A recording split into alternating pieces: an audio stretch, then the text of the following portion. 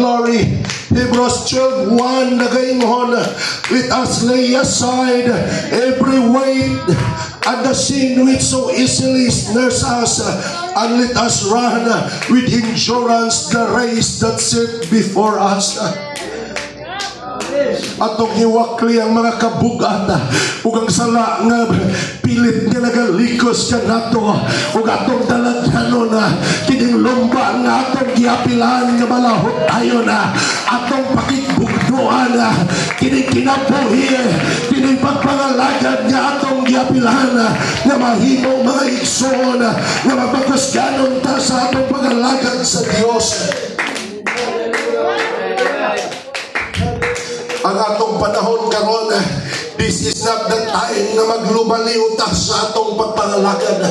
Dili ibaw ang panahon nga ato ang patuyangan ng atong pagbati, mga igsoon. This is the right time na mundot-dot ta sa pangalagad sa Ginoo.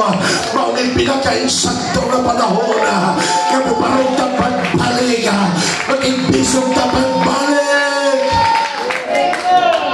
Because serving the Lord, this is spiritual warfare.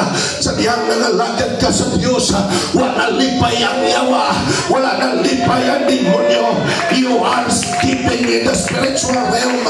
You are stepping in spiritual battle. Sa diyang nangalagad ka sa Diyos, bibigyan kang ato sa espiritu hanong pagkikbuglo mga igsoon. Iyananakitan sa kaaway, iyananadayong kitiyon ang ilang mga panapayon sa imo ilan na dayong giplastar ang ilang mga bitag para sa imo. Wala mo kabantay sa diyang nangalagad sa Diyos, giplastar na daan sa kaaway ang imuhang mga litaga. Matingala kami sa man hinoon ang mga tentasyon sa imong kinabuhi. Sa diyang nangalagad ka sa Diyos, kaniana silang musunod ka niini nga gubata mingon ang kaway tubay na may adi nga gubata. Kabalo na ko unsaon ka paglaglag, unsaon ka magpasurrender. This is spiritual warfare. Ang pagalagad sa Ginoo patigubat ni mga igsoon. Dili pwede nga mapitiks-pitiks lang ang imong pagpangalagad sa Ginoo. Dili pwede nga paisi-isi lang ang imong pagalagad sa Ginoo. Kinahanglan gayod magmaningkamot ka, kinahanglan nga magpanantayon ka, kinahanglan imo mahibaluan na apil ka sa gubat. Do you understand? Nga-apil ka sa gubat, mga igsoon. Basig naglakaw-lakaw lang ka sa field, sa landmine. Easy lang kayo imong sayaw-sayaw. Easy lang kayo imong baktas-baktas. Nahikalimot ka nga ka sa espiritu hanon nga patigkumata. One day, imo na lang nabantayan na nakatabak ka sa lipat sa kaaway. And you are injured spiritually. Na-injured ka kayo spiritually, mga igsoon.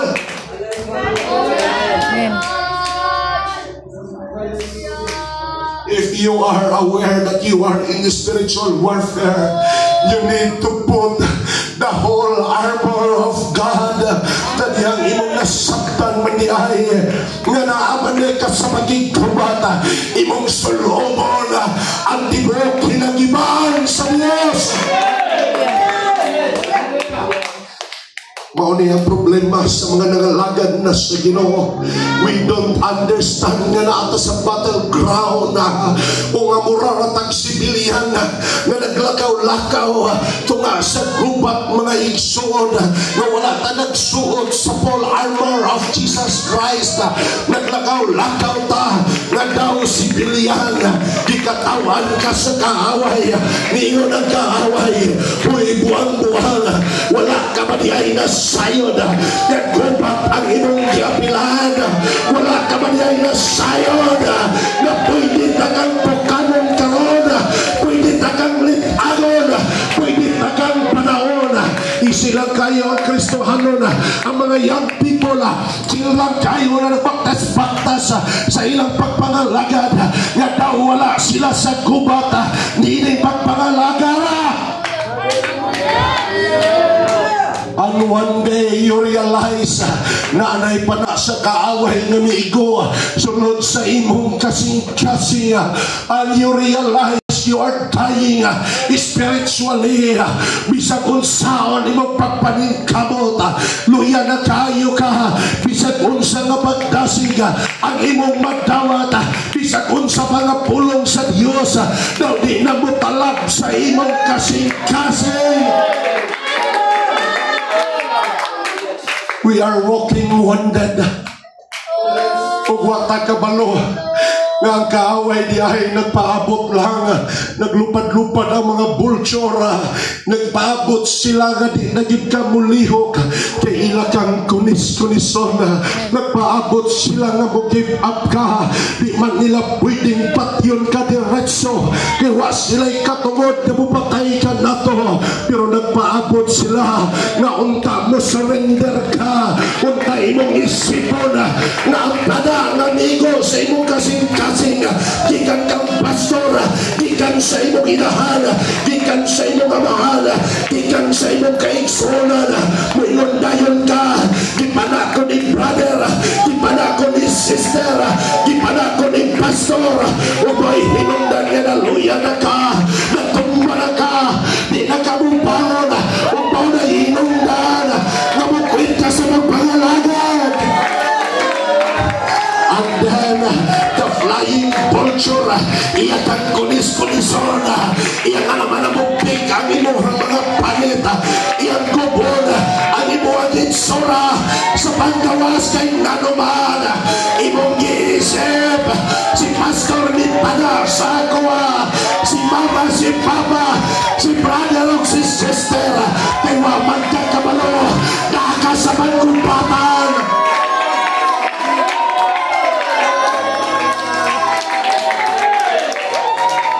Oh God, pero kung imong suotan ang whole armor of the Lord, imong ibakos ang bakos sa kamatuoran, nabisan pang musangyaw ang mga Trinitarian, musangyaw ang rumana, pagkitay ka sa imong postura, wakayangay, muragag lusyang, pero mo ilang ka, no, akong ibakos ang belt of truth. May mga panahon ikaw lang imong kasing-kasing, masakitan ka, pero imong isulob ang breastplate of righteousness, isagon sa pagtira. Pili makasulod sa imong kasing-kasing. Oh, protektado ka sa pagkamatarong nagikan sa Diyos. Di ka masakitan sa bisag unsa man nga butang, di ka masakitan sa magpambag, di ka masakitan sa magbatlong, kay nanuman na breastplate of righteousness. Kung imong sulubon ang sapatos sa kalinaw, na bisag asa ka mutikang, na ikalinaw, bisag asa ka muato, na ikalinaw, musulod ka sa imong balay, pagdala kang kalinaw, musulod ka sa imong trabaho, pagdala kang kalinaw.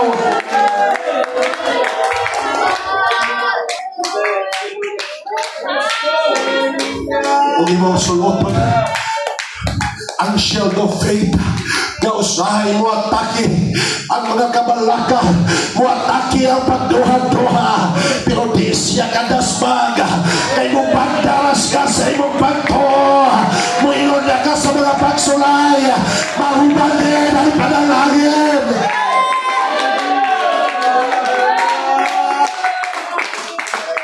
And there is a helmet of salvation.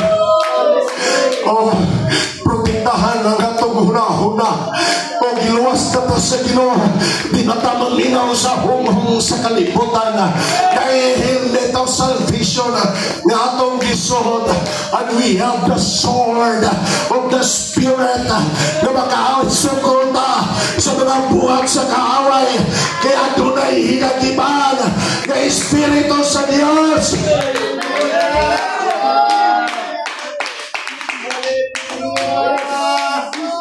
Are you wearing the whole armor of God? Or are you fighting? Or maybe you are not aware that you are in the battleground. Siguro wala ka na sayod nga naabandi ay kataliwala sa bugno, na aday kataliwala sa gubat. Hallelujah. Wala ta nagigbugno, wala ta nagig-wrestling sa ato ang unod o sa dugo. But against principalities, against powers, against the rulers of the darkness of this world, against spiritual wickedness in high places, ang ato ang gipakigbugnuan, kining mga dili maayo nga espiritu hindi nga kalibutan, ang mga espiritu hanong kangit-ngit nga nagahimo sa matag usa ka nato nga mabit-itan ta sa kamatuoran sa Dios. Hallelujah.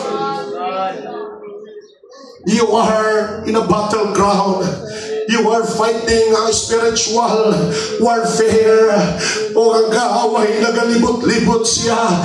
Iyon sa unang Pedro 5:8, pagbantay kay ang kaaway nagalibot-libot kanimo sama sa usa ka leon nga nagangulob nga nagangita siya giyahang matukob.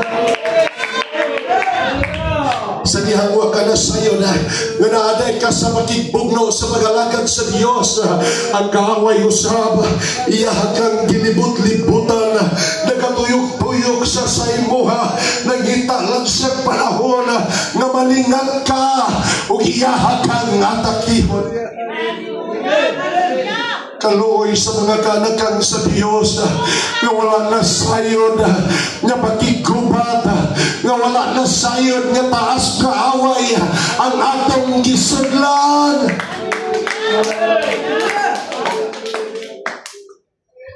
Imo nang Episo 4:27, give no place for the devil.